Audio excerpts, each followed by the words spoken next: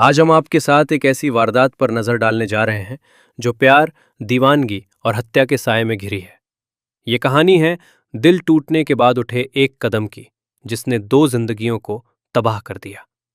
ये घटना घटित होती है मध्य प्रदेश के व्यावसायिक शहर इंदौर में। हम बात कर रहे हैं इंदौर के विजयनगर इलाके की। यहाँ एक शांत सी कॉलोनी में एक बड़ा सा मकान था। इस मकान में 3 कमरे थे।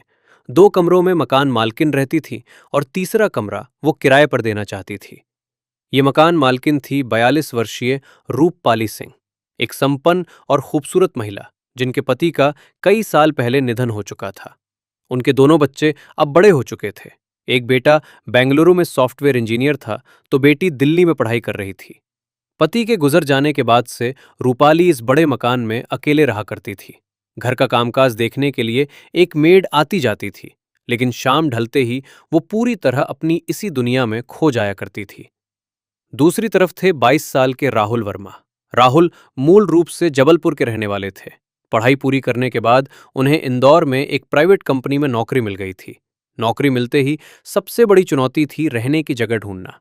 कई दिनों की भागदौड़ के बाद उन्हें विजयनगर के इसी मकान में कमरा किराए पर मिला। किराए की बात हुई, दस्तखत हुए और राहुल अपना सामान लेकर उस कमरे में रहने आ गए। पहले दिन सब कुछ सामान्य रहा। राहुल नौकरी पर गए, शाम को लौटे और अपने कमरे में ही खाना बनाने लगे। तभी रूपपाली ने उन्हें देख लिया। उन्होंने कहा, बेटा इतनी मेहनत मत करो, मेरे यहां तो मेड खाना बनाकर जाती है, मैं तुम्हारा भी बनवा दिया करूंगी। राहुल के लिए ये एक सुखद आश्चर्य था। दिन भर की थकान के बाद रसोई संभालना वाकई मुश्किल होता था। उन्होंने हां भर दी। उसी शाम से दोनों एक ही डाइनिंग टेबल पर खाना खाने लगे। रूपपाली की नजरें अक्सर राहुल पर टिकी रहती। उनके चेहरे पर एक अजीब सी मुस्कुराहट रहती। राहुल ने शुरू में इसे एक अकेली मध्यम आयु की महिला की सहज स्नेहिलता समझा, लेकिन जल्द ही चीजें बदलने लगी। घटना थी उनके आने के तीसरे दिन की। रात के लगभग 1:30 बजे का वक्त था। राहुल गहरी नींद में सो रहे थे कि अचानक उनके कमरे के दरवाजे पर जोरदार खटखटाहट हुई। नींद में विचलित होकर उन्होंने दरवाजा खोला तो सामने रूपाली खड़ी थी। वो एक पारदर्शी सिल्क के गाउन में थी, जिससे उनका पूरा शरीर साफ झलक रहा था। उनकी आंखों में नशे की धुंध थी और चेहरे पर एक अजीब सी मचलती हुई मुस्कान। तुम अकेले कैसे सो जाते हो? रूपाली ने लड़खड़ाती आवाज में कहा। मुझे तो अकेले बहुत डर लगता है। आज मैं तुम्हारे यहीं सोऊंगी। राहुल स्तब्ध रह गए। उन्होंने संयत स्वर में कहा, आंटी यहां तो एक ही छोटा सा बेड है, हम दोनों कैसे सोएंगे? आप कृपया अपने कमरे में जाइए। तो फिर तुम मेरे साथ चलो, रूपपाली ने आग्रह किया। मेरे कमरे में दोनों आराम से सो सकते हैं, राहुल ने मना कर दिया। इस पर रूपपाली का स्वर बदल गया। अगर तुमने मेरी बात नहीं मानी, उन्होंने धमकी भरे अंदाज में कहा, तो कल सुबह तुम्हें इस कमरे को खाली करना पड़ेगा। यह धमकी राहुल के लिए चिंता का विषय थी। नौकरी अभी नहीं थी, दूसरी जगह तलाश करना मुश्किल होगा। मजबूरन वो रूपपाली के साथ उनके शयन कक्ष में चले गए। कमरे में जाकर रूपाली ने शराब का पैग राहुल के सामने बढ़ाया। लो, थोड़ा सुकून मिलेगा, उन्होंने कहा। राहुल ने विनम्रता से इनकार कर दिया। कोई बात नहीं रूपपाली, मुस्कुराई, धीरे धीरे सब सिखा दूंगी। उस रात नशे की हालत में रूपपाली ने बार बार राहुल के करीब आने की कोशिश की। उन्होंने उन्हें छूना चाहा, अपनी बाहों में कसने की कोशिश की। राहुल हर बार सहम कर पीछे हट जाते। उनके मन में एक अजीब सा द्वंद्व चल रहा था। एक तरफ रूपपाली का आकर्षण था, तो दूसरी तरफ समाज का डर और अपनी नैतिकता। आखिरकार थकान और नशे में रूपाली सो गई और राहुल भी दूर कोने में सिकुड़कर सोने की कोशिश करने लगे। अगली सुबह राहुल बहुत जल्दी उठ गए और रूपपाली के जागने से पहले ही नौकरी पर चले गए। शाम को लौटे तो वो सीधे अपने कमरे में जाने लगे। रूपपाली ने उन्हें रोक लिया। खाना तैयार है, आ जाओ, उन्होंने कहा। राहुल ने बाहर से खाना मंगवाने का बहाना बनाया, लेकिन रूपपाली ने जिद पकड़ ली कि वो या तो डाइनिंग टेबल पर आए या फिर वो खुद उनके कमरे में आकर खाना खाएंगी। मजबूरन राहुल डाइनिंग टेबल पर आ बैठे। खाना शुरू करने से पहले रूपाली ने गंभीर होकर कहा, राहुल, मैं कल रात के लिए शर्मिंदा हूं। मैं नशे में थी और खुद पर काबू नहीं रख पाई, माफ करना। राहुल ने राहत की सांस ली और कहा, कोई बात नहीं आंटी, सब ठीक है। लेकिन तुम सच में बहुत सीधे और भोले हो रूपपाली। अचानक मुस्कुराई। उनकी आंखों में फिर वही चमक लौट आई थी। इतनी खूबसूरत औरत तुम्हारे सामने सब कुछ ऑफर कर रही थी और तुमने हाथ तक नहीं लगाया क्या? तुम्हारी कोई गर्लफ्रेंड नहीं है? राहुल ने मना कर दिया। उनका प्रेम से अब तक कोई वास्ता नहीं था। कोई बात नहीं, रूपपाली ने कहा। अब उनकी आवाज में एक खास तरह का लहजा था। मैं तुम्हें सब कुछ सिखा दूंगी। तुम्हें पता होना चाहिए कि जिंदगी में क्या छोड़ना है और क्या पाना है। उस रात का डर और रूपपाली के इन इशारों ने मिलकर राहुल के मन में एक उत्सुकता जगा दी। जब वो अपने कमरे में लौटे तो उनके विचार अस्त व्यस्त थे।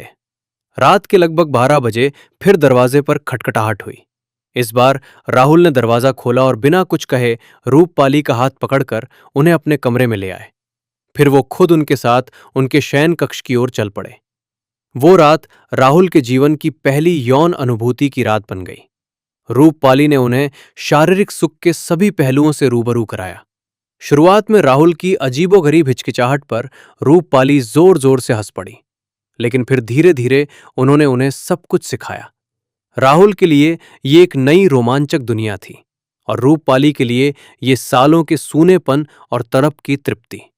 इसके बाद से दोनों के बीच एक नियमित संबंध स्थापित हो गया। राहुल का कमरा महज एक औपचारिकता बनकर रह गया। अधिकतर रातें वो रूपपाली के कमरे में ही गुजारते। ये सिलसिला लगातार 6 महीने तक चला। दोनों को इस रिश्ते में सुकून मिल रहा था। रूपपाली को यौनिक तृप्ति तो मिल ही रही थी, साथ ही अकेलेपन का साया भी छट गया था। राहुल को एक सुविधाजनक जिंदगी, घर का बना खाना और एक अनुभवी साथी मिल गया था। लेकिन जिंदगी का पहिया लगातार घूमता रहता है। राहुल के ऑफिस में एक नई लड़की सपना आई। सपना और राहुल की उम्र एक जैसी थी। दोनों की रुचियां मिलती जुलती थीं। धीरे धीरे दोस्ती प्यार में बदलने लगी। राहुल सपना से शादी करना चाहते थे और सपना भी उनके लिए गंभीर थी। राहुल ने इस नए रिश्ते के बारे में रूपपाली से कुछ नहीं कहा। उन्हें लगता था कि दोनों रिश्ते अलग अलग धरातल पर हैं और एक दूसरे से टकराएंगे नहीं। एक रविवार की दोपहर सपना राहुल से मिलने उनके कमरे में आई। दोनों बातें कर रहे थे, हंसी मजाक कर रहे थे। प्रेमी प्रेमिका होने के नाते बातचीत में नजदीकियां बढ़ने लगी। ठीक उसी समय बिना दरवाजा खटखटाए रूपपाली कमरे के अंदर आ दमकी। उनकी नजर सीधी सपना पर गई, फिर राहुल पर। वो एकदम से जमी हुई बर्फ की तरह ठंडी हो गई। ये कौन है? रूपपाली ने तीखे स्वर में पूछा। ये मेरी ऑफिस की कलीग है सपना, राहुल घबराहट में बोले। रूपपाली ने सीधे सपना से सवाल किया, क्या तुम राहुल को प्यार करती हो सपना? जो ये सब होता देखकर भौचक्की थी, फिर भी सहज होकर बोली, जी हां, मैं राहुल से प्यार करती हूं और हम जल्द ही शादी करने वाले हैं। ये सुनकर रूपपाली का चेहरा बदल गया। एक क्षण के लिए तो उन पर गुस्से के बादल छा गए, लेकिन फिर अचानक वो मुस्कुरा दी। वाह, बहुत खूब बेटा, उन्होंने सपना से कहा। तुमने बहुत अच्छा लड़का चुना है। राहुल जैसा अच्छा लड़का तुम्हें दोबारा नहीं मिलेगा। उन्होंने सपना का मोबाइल नंबर लिया और कुछ और बातचीत के बाद सपना चली गई। जैसे ही सपना गई, रूपपाली का चेहरा एक बार फिर बदल गया। वो राहुल के पास आई और धीरे लेकिन दृढ़ स्वर में बोली, देख लिया मैंने आज, लेकिन याद रखो, अब से तुम सपना के करीब नहीं जाओगे। तुम पर सिर्फ मेरा हक है। तुम्हारी जिंदगी में मैं किसी और लड़की को बर्दाश्त नहीं करूंगी। राहुल स्तब्ध रह गए। आंटी, आप क्या कह रही हैं? ये कैसी बातें हैं? मैं आपकी जरूरतें पूरी कर रहा हूं, लेकिन मेरी अपनी भी तो एक जिंदगी है। मुझे शादी करनी है, परिवार बसाना है। तुम मुझसे शादी कर लो। रूपपाली ने अचानक कह दिया। मेरे पास बहुत सारी प्रॉपर्टी है, मैं सब तुम्हारे नाम कर दूंगी। बस तुम मुझे छोड़कर मत जाना। ये सुनकर राहुल को झटका लगा। 22 साल के युवा और 42 साल की महिला के बीच शादी का प्रस्ताव, ये उनकी समझ से परे था। उन्होंने साफ मना कर दिया। इसके बाद से रिश्ते में तनाव पैदा हो गया। रूपाली जब भी राहुल को रात में बुलाती, वो मना कर देते, अपना कमरा अंदर से बंद करके सो जाते। बातचीत कम हो गई, झगड़े बढ़ने लगे। आखिरकार 2 मई 2025 को एक बड़े झगड़े के बाद राहुल ने रूपाली का कमरा खाली कर दिया और शहर के दूसरे इलाके में जाकर रहने लगे। रूपाली का पागलपन हद से गुजरने लगा। वो राहुल को लगातार फोन करके परेशान करने लगी। जब राहुल ने फोन उठाना बंद कर दिया तो उन्होंने अपने पास रखे उन अश्लील फोटो और वीडियो को निकाला जो उस दौरान बनाए गए थे जब दोनों नशे में धुत होते थे। उन्होंने वो सारे फोटो सीधे सपना के मोबाइल पर भेज दिया। सपना के लिए ये एक सदमे से कम नहीं था।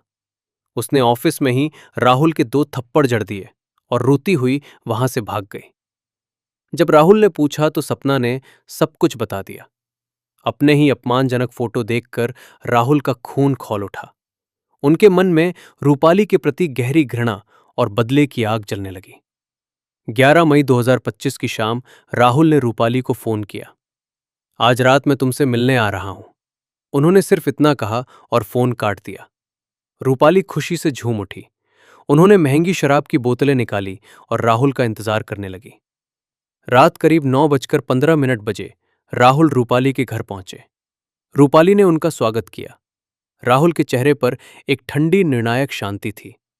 वो बातचीत करते रहे, लेकिन उनका ध्यान एक ही लक्ष्य पर था। उन्होंने रूपाली को पीने के लिए प्रेरित किया। खुद भी पीते रहे, लेकिन होश में रहे। रूपाली खुशी और नशे में डूबी हुई थी। उन्होंने राहुल के साथ फिर से शारीरिक संबंध बनाए, ये सोचकर कि सब कुछ पहले जैसा हो गया है। जब रूपाली बिल्कुल नशे में धुत और थक कर चूर हो गई, तो राहुल ने अपना वक्त आया समझा। उन्होंने रूपाली का गला दबाना शुरू किया। रूपाली ने प्रतिरोध करने की कोशिश की, लेकिन नशे और थकान ने उनकी ताकत छीन ली थी। कुछ ही मिनटों में रूपाली की जान निकल गई। राहुल ने शांति से अपने कपड़े संभाले, आसपास की चीजों को छुआ ताकि अपने होने के सबूत छोड़ दें, जो बाद में पुलिस के लिए गलती साबित होंगे, और चुपचाप वहां से निकल गए। उन्हें भरोसा था कि चूंकि वो वहां से जा चुके थे, इसलिए किसी को शक नहीं होगा। लेकिन 12 मई 2025 को जब मेड ने रूपाली का शव देखा और पुलिस को सूचना दी, तो जांच का पहिया घूमने लगा। पुलिस ने सबसे पहले रूपाली के मोबाइल की सीडीआर निकाली। उसमें राहुल का नंबर बार बार आया। राहुल को बुलाया गया। उन्होंने कहा कि वो पहले वहां रहते थे, लेकिन झगड़े के बाद चले गए हैं। 11 मई 2025 को बस एक छोटी सी बात हुई थी। पुलिस को उनकी बात पर शक नहीं हुआ, लेकिन तकनीकी जांच में सीसीटीवी फुटेज सामने आई। फुटेज में रात करीब 9:30 बजे रूपाली के घर जाते हुए एक शख्स दिखाई दिया, जिसने ठीक वही शर्ट पैंट पहनी हुई थी जो राहुल ने पुलिस के सामने पहन रखी थी। शक पुख्ता हुआ। राहुल को दोबारा बुलाया गया। इस बार पुलिस ने सख्त पूछताछ की। उन्होंने बताया कि रूपाली के घर में शराब के गिलास और बोतल पर राहुल के फिंगरप्रिंट मिले हैं। दबाव में आकर राहुल ने सारी कहानी कबूल कर ली। उन्होंने बताया कि कैसे रूपाली ने उन पर दबाव डाला, कैसे उनके रिश्ते बने, कैसे सपना से उनकी मुलाकात हुई और कैसे रूपाली ने बदले की भावना से सपना को अश्लील फोटो भेजे। इसी गुस्से और बदले की आग में उन्होंने ये कदम उठाया। पुलिस ने राहुल को रूपाली की हत्या के आरोप में गिरफ्तार कर लिया। एक तरफ एक अकेली भावनात्मक रूप से टूटी हुई महिला की जान चली गई, जिसने प्यार और साथ की चाह में सब कुछ गंवा दिया। दूसरी तरफ एक युवा लड़के की पूरी जिंदगी सलाखों के पीछे बीतने वाली है, जिसने क्षणिक गुस्से में अपना भविष्य तबाह कर लिया। दोस्तों, इस पूरी घटना से हमें कई सीख मिलती है। भावनाओं को संभालना कितना जरूरी है, गुस्से में लिए गए फैसले कितने घातक हो सकते हैं, और कैसे एक गलत कदम 2 जिंदगियों को बर्बाद कर सकता है। ये कहानी सिर्फ एक अपराध की रिपोर्ट नहीं, बल्कि मानवीय भावनाओं के उस उलझाव की दास्तान है जो कभी-कभी विनाश का कारण बन जाता है। आपके इस मामले पर क्या विचार हैं? कमेंट में जरूर बताएं। साथ ही बताएं कि आप ये वीडियो किस शहर से देख रहे हैं। अगर आपको ये कहानी ज्ञानवर्धक लगी हो तो वीडियो को लाइक करें, अपने दोस्तों के साथ शेयर करें ताकि ये संदेश ज्यादा से ज्यादा लोगों तक पहुंच सके। अगर आपने अभी तक हमारे चैनल को सब्सक्राइब नहीं किया है तो सब्सक्राइब बटन पर क्लिक करें और बेल आइकन को दबाना ना भूलें, ताकि आप ऐसी ही महत्वपूर्ण कहानियों से जुड़े रहें। देखने के लिए बहुत बहुत धन्यवाद।